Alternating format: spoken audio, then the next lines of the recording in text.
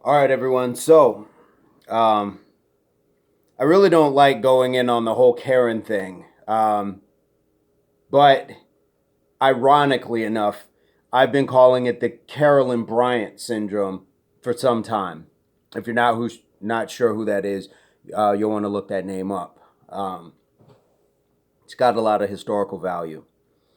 Um, and I will preface that by saying I do realize that this is not something there is no absolute. So this isn't all white women doing this, but some of you are vicious, and the sentiment to want to make these phone calls is outrageous. We know what the history has been between largely men of color, and that includes Native, Latino, Asian as well. We know with the police, but largely in this country historically with black men, it can be a death sentence immediately on the spot, no trial.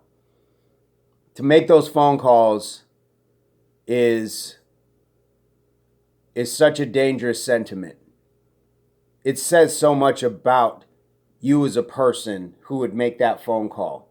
And this lady in the park who did this the other day and said that I'm going to call and say that an African American man is threatening my life. Why did you bother to even say African American?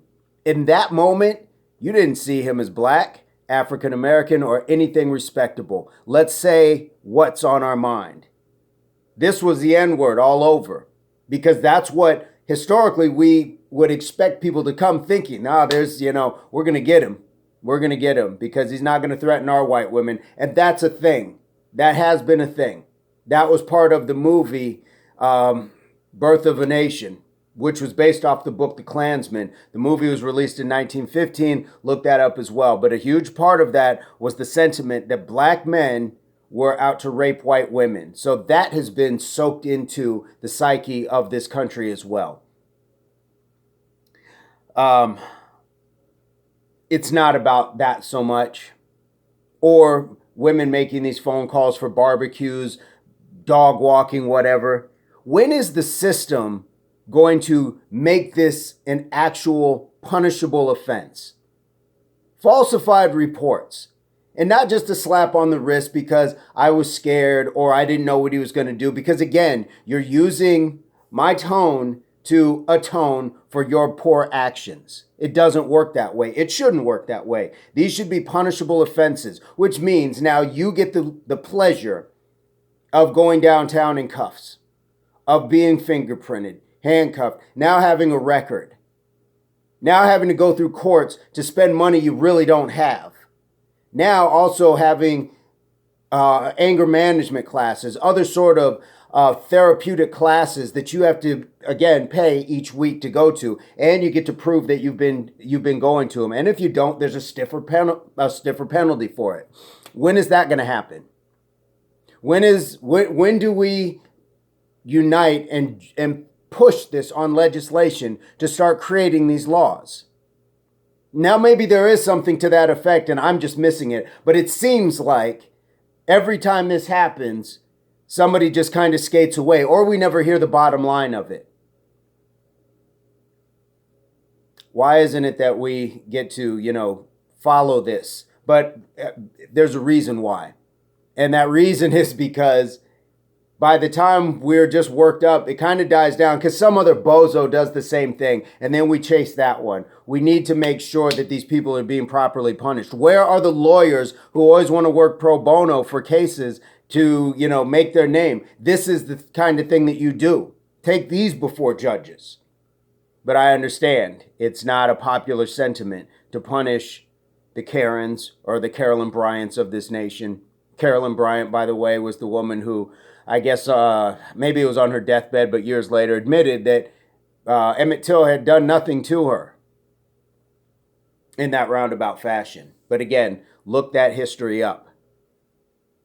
And it's important because that I can't even say that man, he was a boy, was murdered brutally off of basically the word of somebody and the hate of a whole lot of other people. That word set it in motion. And we've seen historically people be attacked viciously, not only by just civilians, but by police. And this is why these calls to police are happening, because they're actually using the police as their attack dogs, as their lynch mob, as their judge, jury, executioner on the spot to try to take care of this, because we know what that means. And to do that to somebody, the second you call and say your life is threatened, you've immediately threatened that man's life. I don't know how she's going to live with herself later on, and I'm glad she got fired, and I'm glad she had to turn her dog back into the rescue where she got it from, but that's not enough. It's not enough moving forward. There's no reason for a cop to show up and realize that this call was made egregiously and blown out of proportion, and then just tell this person, go about your way. Take them downtown in cuffs. Falsified reports. It's a crime from what I understand. Make it stick. Make it happen. And we all need to start pushing this narrative. Rather than just being upset on social media, it needs to be a push narrative. I don't know where to start. Maybe somebody else does, but it needs to start. And for our friends outside of the demographic, it's not enough just to type and say, man, that sucks. I'm sorry that happens. It's not enough. You can't just be against racism. You have to be anti-racist, which means you stand up and fight for it. The same way that we are told as men to fight this rape culture, teach better, teach your sons better. Well, let's teach our children of other demographics better. And the best way to teach is by doing it. Be the example in front of them. Don't just sit back from the comfort of your home and say it's enough. It's not. Where we start, I don't have all the solutions, but I certainly know that this is outrageous. And a lot of you know the people that would make those phone calls. You got to shut that down. You have to explain why this is so outrageous and so out of bounds and so dangerous. Most people aren't threatening your lives. And let's be honest, when we're talking about, crime in an area, if we get to call it black on black, most crime in white neighborhoods is white on white. The fact that you intersect somebody black does not immediately mean you will be raped, mugged, sold crack, kidnapped for prostitution. None of those things. You got to get your lives right. All of us. It's a society. And as long as we're in this melting pot together, which no longer can we try to extract certain ingredients from this. It's already cooked in. But we got to do better.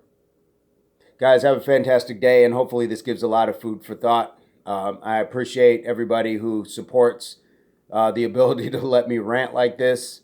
And maybe one day all of this will just click with me and I'll have a solution. But in the meantime, we got to keep having the discussions, and we got to keep having real hard talks. Peace, love, unity, solidarity.